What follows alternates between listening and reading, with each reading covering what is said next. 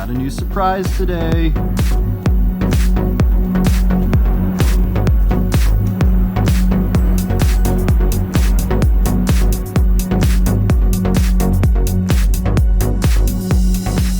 What is up, everybody? My name's Kevin, and this is reCreate Boatworks. So this is the first video that we're doing, and basically this channel is going to be set up to follow me following kind of one of my dreams to renovate boats and enjoy life on the water. So last night we brought back our first boat, and I'm getting ready to actually walk you through it. So let's take a look. This is a 1985 Landau Lake Raider.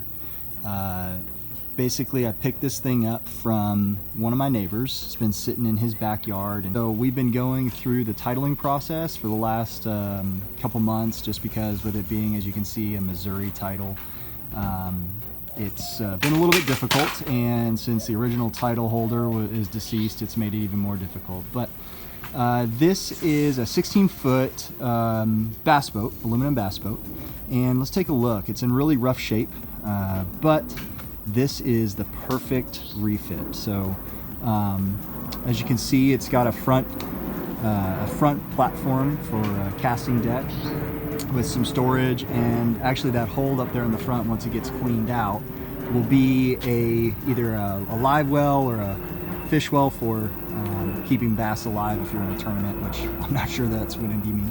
It's got a side console with 2 seats, well, what should be 2 seats, and another live well in between there.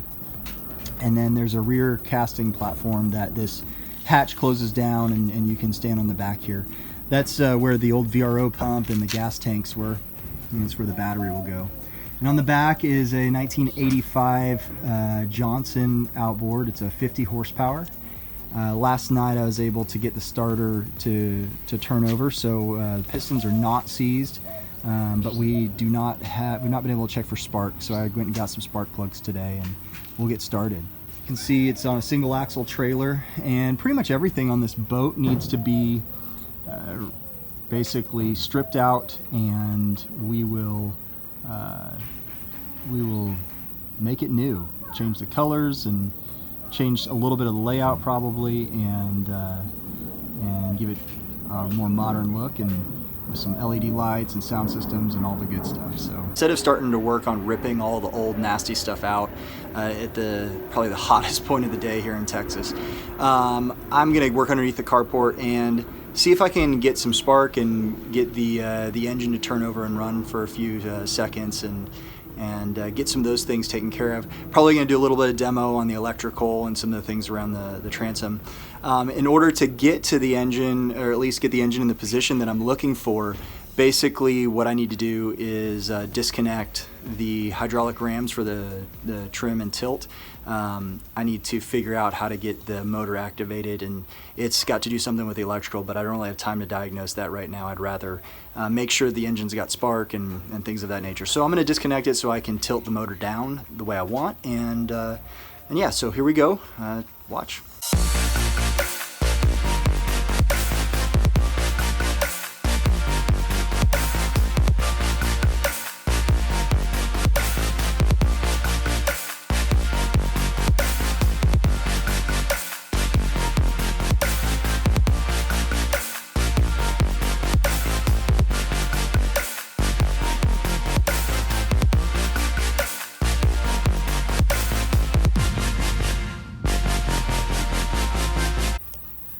So this is the condition of the motor underneath the hood, and it's actually in really clean condition, considering I think it's been sitting for about 15 years or more.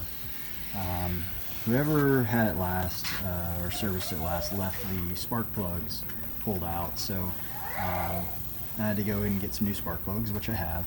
But last night I was able to spin the flywheel and actually jump start basically the starter motor over here, and so I think there might be an issue with the starter solenoid right there, but we're going to work on that now. Also, you can see right there in the center That's the fuel filter. It's kind of filled up with some nasty sludge down there. So I'm going to try to clean that up. I've got a new one on order, but see if I can get that clean, and maybe we can run some clean fuel through it and help it right now. So I'm just going to get going, and you guys can watch and see what I do. Probably going to be a lot of mistakes, but you get to see it.